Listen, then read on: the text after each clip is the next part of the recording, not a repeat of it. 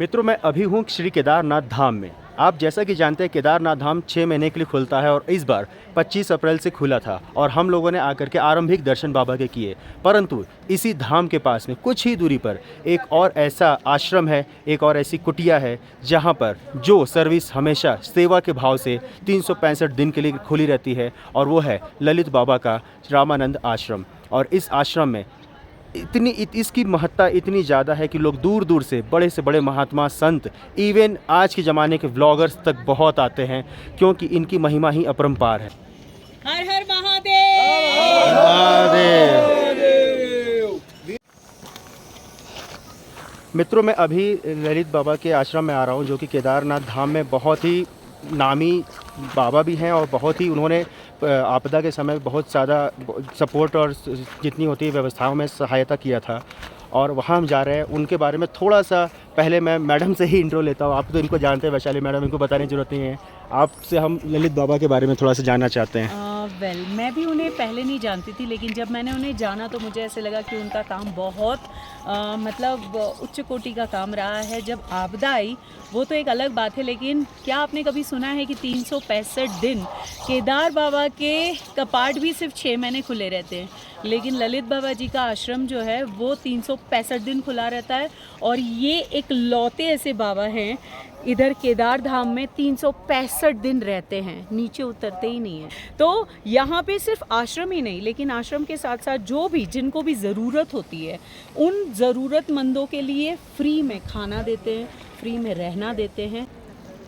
तो मित्रों, इतना कुछ सुन के जान के मुझे भी ऐसा अंदर से अनुभव हो रहा है, मतलब महसूस हो रहा है कि वहाँ जाना, बाबा से मिलना बहुत ही आवश्यक है।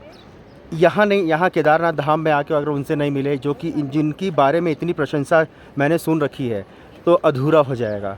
तो मैं आपको भी वहाँ के अंदर आश्रम के दिखाता हूँ दृश्य, और बाबा का भी साक्षात्कार लेने का प्रयास करूँगा।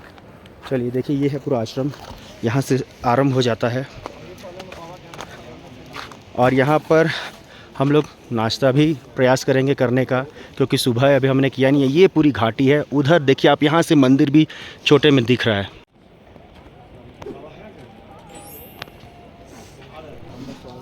बाबा केदार की जय। हर हर महादेव।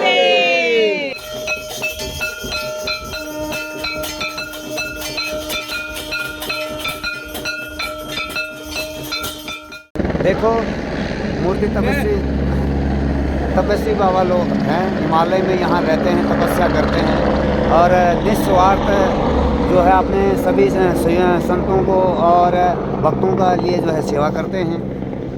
और वो अपने भजनों में मस्त रहते हैं।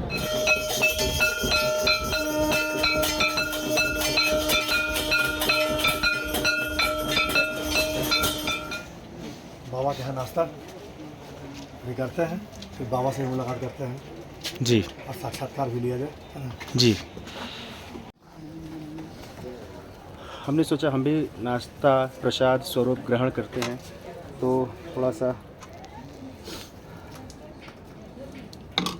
जी। जय श्री राम। शुद्ध शाकाहारी सात्विक खाना यहाँ पर मिलता है और बहुत ही दिल से खिलाया जाता है।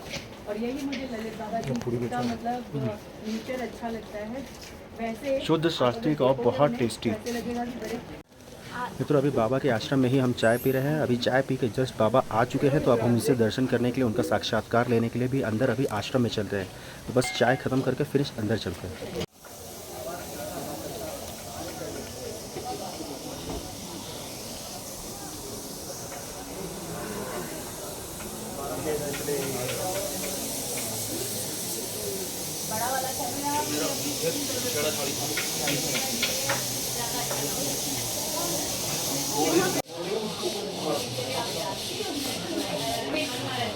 अंदर ठाकुर जी महाराज हैं।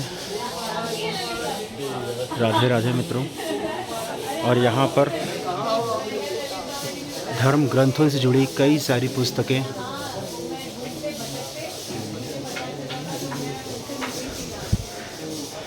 भजन आदि के लिए ये, और गर्माहट के लिए भी हीटर की व्यवस्था यहाँ पर उपलब्ध है। और लोग रामचरितमानस का पाठ कर रहे हैं।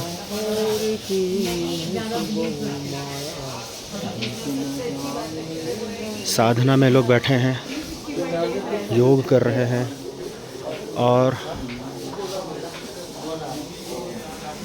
खाने का भी व्यवस्था यहाँ पर साथ में ही चलता रहता है। यहाँ पर सोने के लिए भी, बैठने के लिए भी, विश्राम के लिए भी काफ़ी व्यवस्था यहाँ पर किया गया है, उपलब्ध है। यहाँ पर रहने पर आपको स्तुति का भी दिया जाता है, संग्रह है, जैसे ये पुस्तिका है, इसमें बाबा जी का और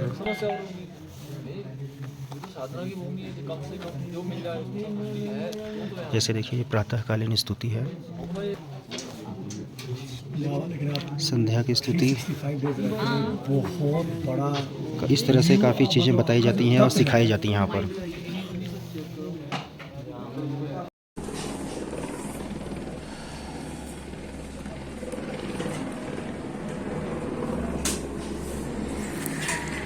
मित्रों, इतनी वैरायटी है यहाँ पर खाने में कि आप मतलब दिल भर के खाइए। प्रसाद ऐसा है और प्रसाद में स्वाद इतना ज़्यादा है कि पेट के साथ साथ मन और आत्मा तक तर जाती है।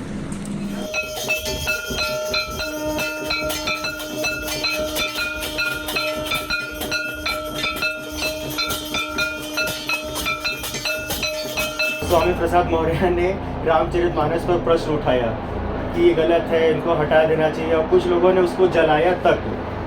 तो इस पर आपके क्या विचार है, आप क्या समझते हैं? भारत में अनादिकाल से धर्म पर आक्षेप हुए, क्योंकि हमारा धर्म सनातन संस्कृति का देश रहा है जी।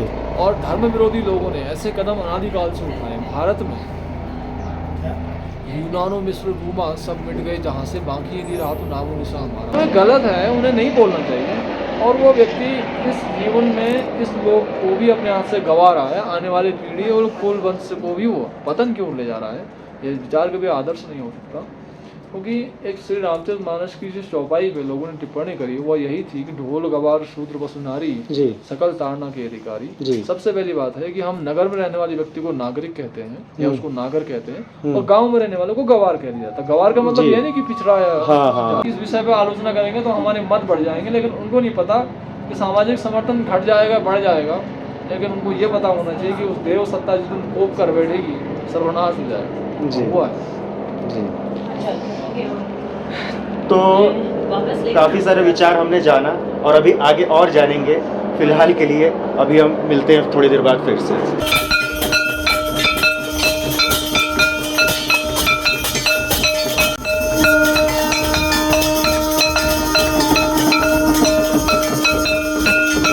तो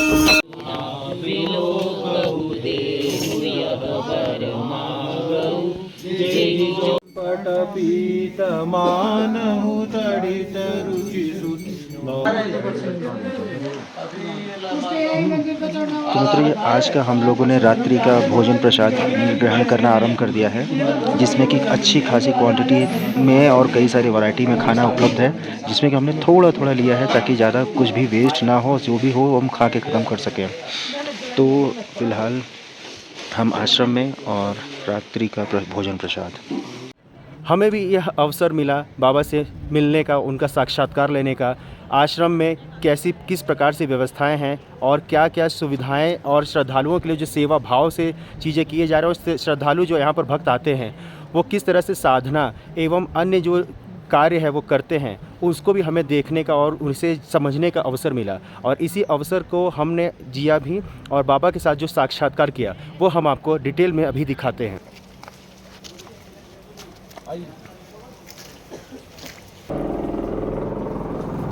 इसको निकाल दे।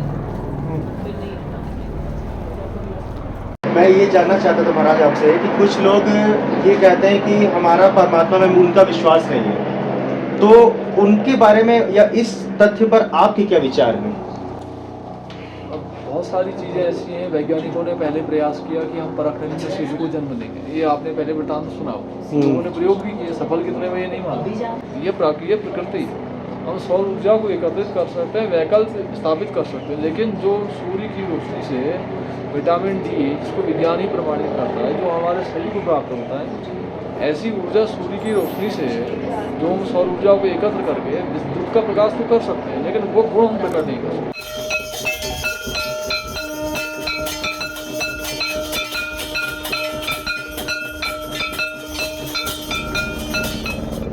तो मित्रों इस समय हम लोग अब यहाँ से निकल रहे हैं। हम आज रुके थे बाबा के यहाँ अर्थात ललित बाबा के आश्रम में, और यहाँ से अब हम लोग वापस प्रस्थान कर रहे हैं केदारनाथ धाम होते हुए। हम लोग अब आगे की निकलेंगे, यानी कि वापसी की ओर अपना गौरीकुंड की तरफ प्रस्थान करेंगे। मित्रों फिर मिलेंगे हम किसी नई ब्लॉग में, किसी नई एडवेंचरस और रोमांचित यात्रा में और नए ब्लॉग में। तब तक के लिए अपना ख्याल रखिएगा और हर हर महादेव।